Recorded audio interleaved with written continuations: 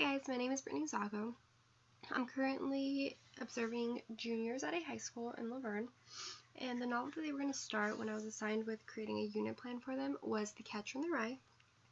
Throughout my unit, I'm relating the novel back to the everyday teenager so that way it is relevant to their lives, which isn't very hard to do with Catcher in the Rye. So just a little bit of background information about the novel. It is set in the 1950s and focuses on a young adult male who's about the same age as the juniors that are reading the novel. The young adult male's name is Holden Caulfield, and he gets suspended from school, and so this story follows those few days where he's suspended before returning home. The 5 lessons for this unit consist of 2 cooperative lessons, 2 inquiry lessons, and 1 direct instruction lesson. Over here I have a quote that says, "Don't ever tell anybody anything. If you do, you start missing everybody." And you'll notice that throughout my unit, I have a guiding quote or a driving question for the majority of the lessons that are taught that kind of help focus that day. My first day is to introduce them to the novel. So it is an introduction to the book and the author, and it consists of a poster creation that they share with the class. This lesson focuses on the loss of innocence. So first over here we have our guiding quote, which is, "Life is a Game Boy. Life is a game that one plays according to the rules." We'll come back to this quote. Intelligence that this lesson include are kinesthetic, because they're up and moving with their groups, interpersonal, because they are working in groups, and visual spatial, because they are creating a poster to share. We start off the lesson by showing them a PowerPoint that introduces the book and the author. Once we're done with that, they will create a 5-word summary of what was learned throughout the PowerPoint, which is very hard, but it really helps them be concise with what they've learned. They will partner share that 5-word summary, and then we will share it in the class. We'll look at the guiding quote, ask if any students have questions about that, and then start poster creation. They will be given questions that they have to answer, be as creative as they can. They can also ask other questions. They can do whatever they want. They have free range with this poster. Once they're completed, we will share the posters, look at all the answers to the questions, discuss it as a class, and then they will complete an exit ticket. So this is just a snapshot of my PowerPoint that I created. And this is a copy of my exit ticket that asks them what they would do if they were expelled from school. And I let them know that they need to keep it school appropriate, because with juniors you could get crazy answers.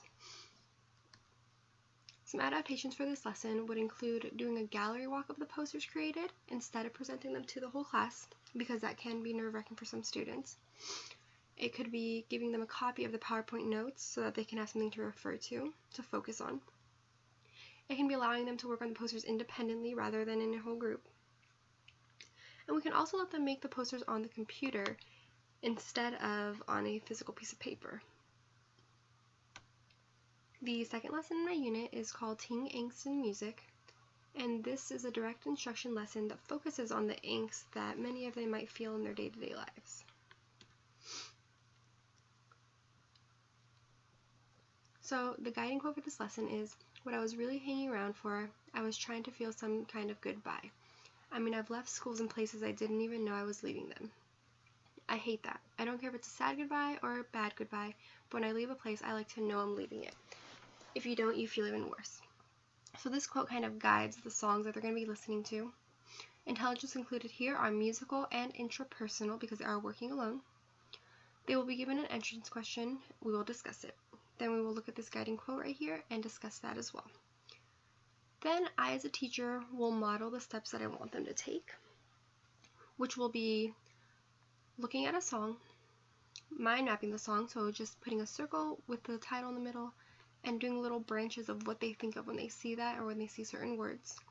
Then they will read the article or the song and annotate it. Lastly, they will be given a graphic organizer so that the students that kind of need a little bit more help can have that help with the graphic organizer. They will fill out how it represents Holden and how it represents the current day teen, and they'll have to somehow relate it back to this quote. Then they're going to use that graphic organizer to create a paragraph about what they've done. Then we'll share those connections with the class, and then they'll do an exit ticket. So these are just some of the songs that they're going to be looking at.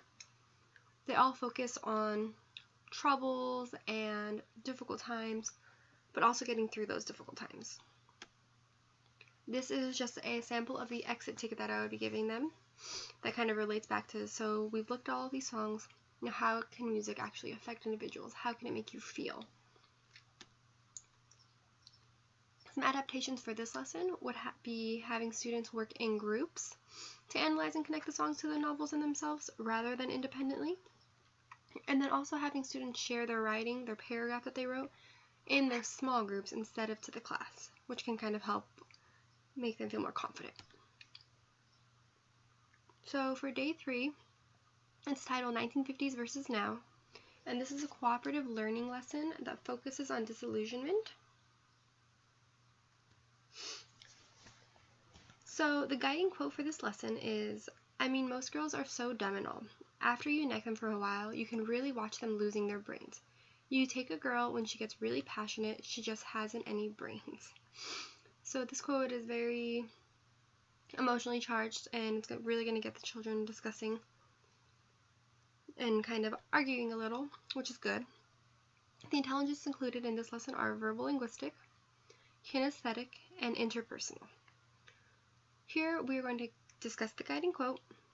They're going to write a journal question answering if they're offended or surprised by his views on women so far. And if so, what parts of the text surprised you? We will discuss this. Then I'll show them a video of stereotypical dating in the 1950s, which is very different than dating now.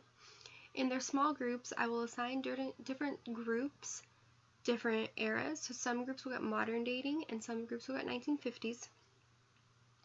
Then what they'll do is they're going to create a dialogue of the skit and they're going to practice the skit. So the skit needs to be at least 2 minutes long,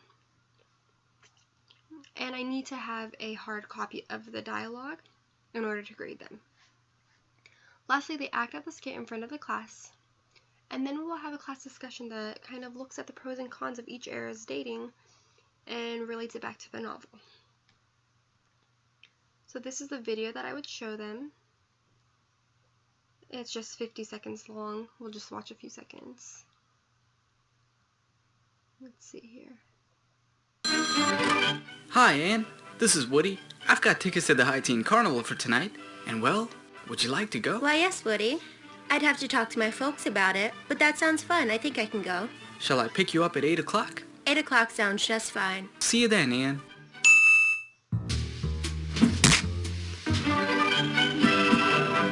So that's just, it's not the whole video. It's a really short video, but that's something to help get them started. And then I'll also show them these pictures that kind of just reflect back on the different eras. Adaptations for this lesson would be assigning students group rather than having them choose their own groups, so that way I can ensure that they're kind of even. I can provide transcripts of that short YouTube video for students who might need something to refer back to. And I would make sure that I provide oral as well as written instructions so that the students are never lost in what they're supposed to be doing. Day 4 is our banning the novel debate.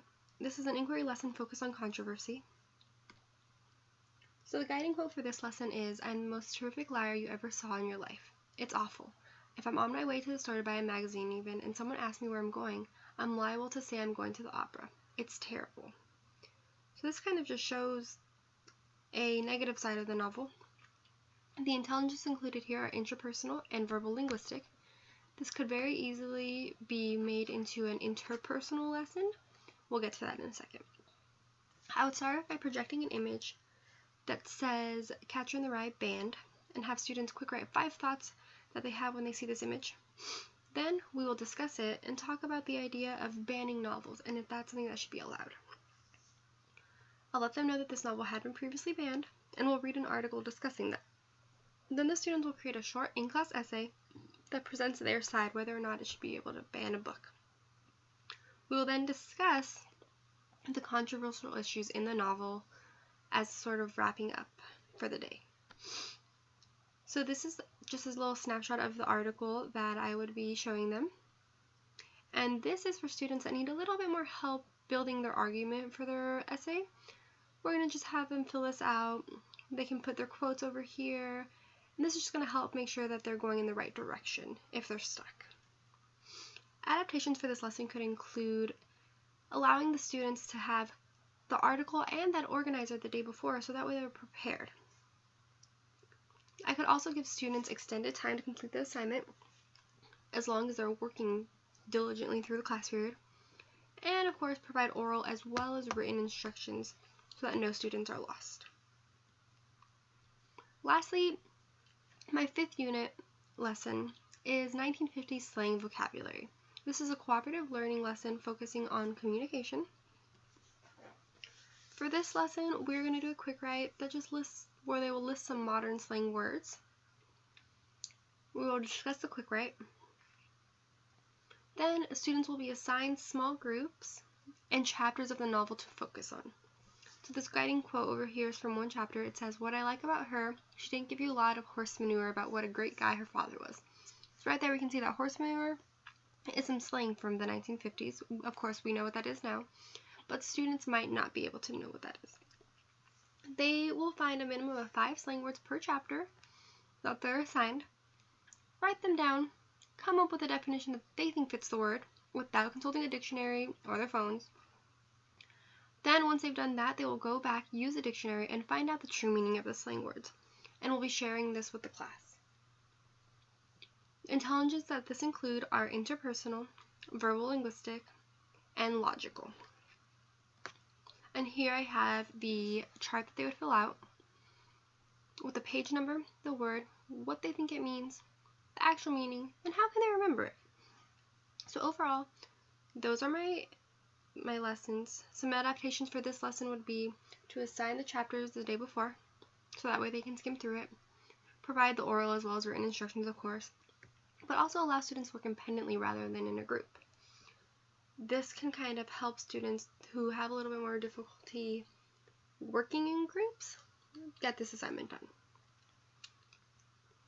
Overall, all of these lessons can relate back to their current day, and they can be something that they can look at and feel connected with, and this will help them work through the novel and find something relatable in it and enjoyable. That's my unit. I hope you guys enjoyed it. I know the students did. Thank you.